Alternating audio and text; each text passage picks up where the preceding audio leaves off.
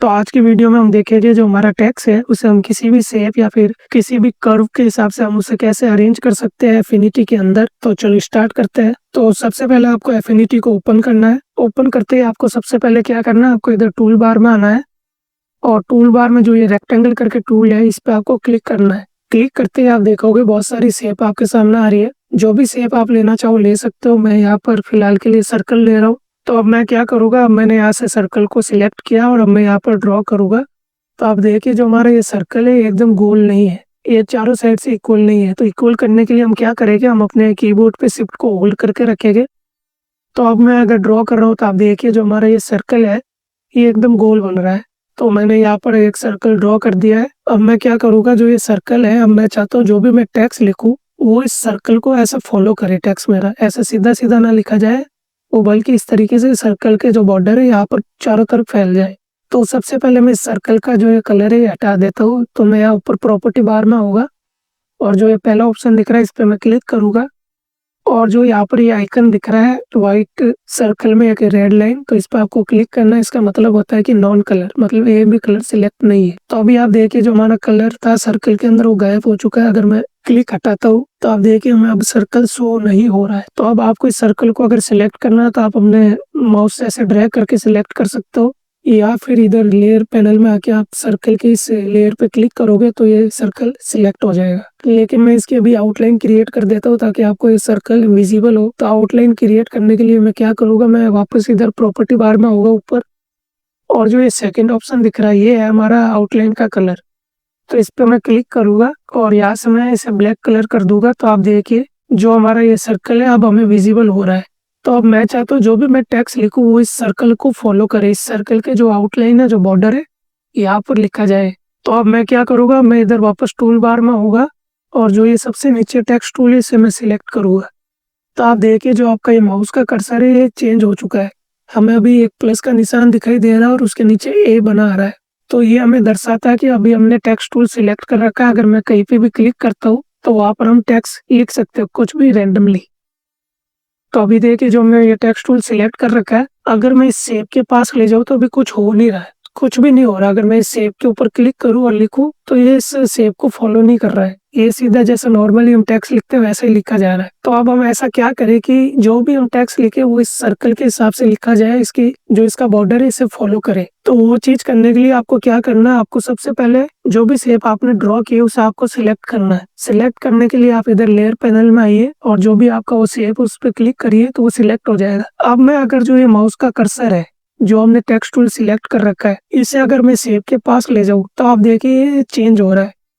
Shape के बाहर देखिए प्लस के साथ ए बना रहा है, लेकिन शेप के अंदर मैं ले जा रहा हूँ तो प्लस के साथ टी बना रहा है और उसके नीचे एक कर्व करके एक लाइन है। तो अब ये हमें ये बता रहा है कि अब हम जो भी टेक्स्ट लिखेंगे वो इस जो भी ये शेप है इसके कर्व यानी इसके जो भी बॉर्डर है आउटलाइन है यहाँ पर लिखा जाएगा। अब जैसे जो ये कर्सर है अगर मैं इसे शेप के ऊपर ले जा रहा हूँ और यहाँ पर अगर मैं क्लिक करूँ तो जो भी टेक्स्ट हम लिखेंगे वो इस शेप के ऊपर लिखा जाएगा। लेकिन अगर मैं जो ये कर्सर है ये आउटलाइन इसके नीचे ले जा रहा हूँ और अब मैं यहाँ पर क्लिक करूँ तो जो भी टेक्स्ट होगा वो इस आउटलाइन के अंदर लिखा जाएगा। तो एग्जाम्पल के रूप पे जो ये आउटलाइन है मैं इसको ऊपर यहाँ पर कर्सर को ले जा रहा हूँ और मैं क्लिक करूँगा। तो अभी देखिए जो भी हमारा टेक्स्ट है वो इस आउटलाइन के हिसाब से अब विजिबल हो रहा है। ये एकदम सीधा नहीं हो रहा जैसे हम नॉर्मली टेक्स्ट लिखते हैं। तो अब मैं यहाँ कुछ भी लिखता हूँ, जैसे मैं अपने ही चैनल का नाम लिखता हूँ।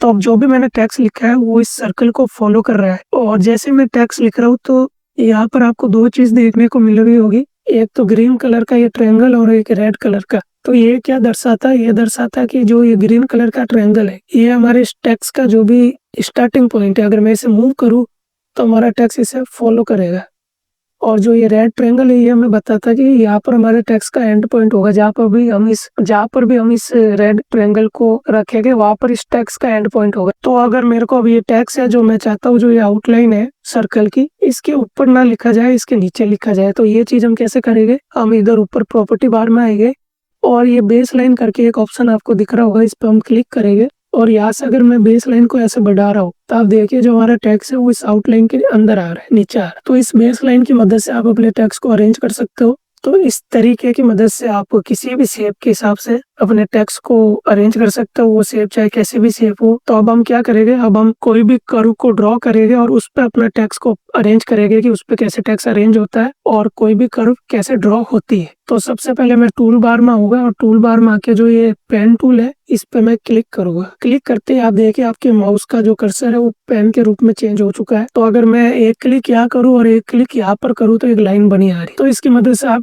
लाइन ड्रॉ कर सकते हो, कर्व ड्रॉ कर सकते हो। तो कर्व कैसे ड्रॉ करनी है, तो पहले आपको एक सिंपल क्लिक करना है। क्लिक करके जहाँ पर भी आप सेकंड पॉइंट पे क्लिक करना चाहते हो वहाँ क्लिक करो, लेकिन माउस के बटन को हटाओ मत, अभी होल्ड करके रखो और माउस को इस तरीके से ड्रैग करो। तो आप देखिए आप अपने हिसाब से एक कर्व बना सकते हो। जैसे भी आप कर्व चाहते हो वैसे आप बना सकते हो। जैसे मान लो कि मैं कुछ इस प्रकार से बना रहा हूँ। और क्या करूँगा, मैं अब आगे एक और पॉइंट पे क्लिक करूंगा, वहां पे भी अपने माउस को होल्ड करके रखूंगा और अपने हिसाब से एक कर्व बना दूंगा। तो ये चीज होने के बाद आप देखिए आपकी जो ये कर्व है ये रेडी है। अब मैं चाहता हूँ जो हमारा टेक्स्ट है वो इस कर्व को फॉलो करे। टेक्स्ट टूल को इधर आके हम सिलेक्ट करेंगे, लेकिन हम टेक्स्ट टूल को अगर इस कर्व के ऊपर ले जा रहे हैं तो अभी कुछ नहीं हो रहा है। तो वो क्यों नहीं हो रहा है, क्योंकि हमने अभी इस कर्व को सिलेक्ट नहीं कर रखा है। हम इस कर्व के ऊपर क्लिक करेंगे लेयर पैनल में आके। तो अब अगर मैं इस टेक्स्ट टूल को इधर ले जाऊँ तो देखिए टेक्स्ट टूल का जो कर्सर है वो चेंज हो चुका है। और अगर मैं यहाँ पर क्लिक करके कुछ भी लिखना स्टार्ट करूँ तो आप देख सकते हो जो हमारा ये कर्व है, हमारा टेक्स्ट उस हिसाब से अरेंज हो रहा है, इस कर्व को फॉलो कर रहा है।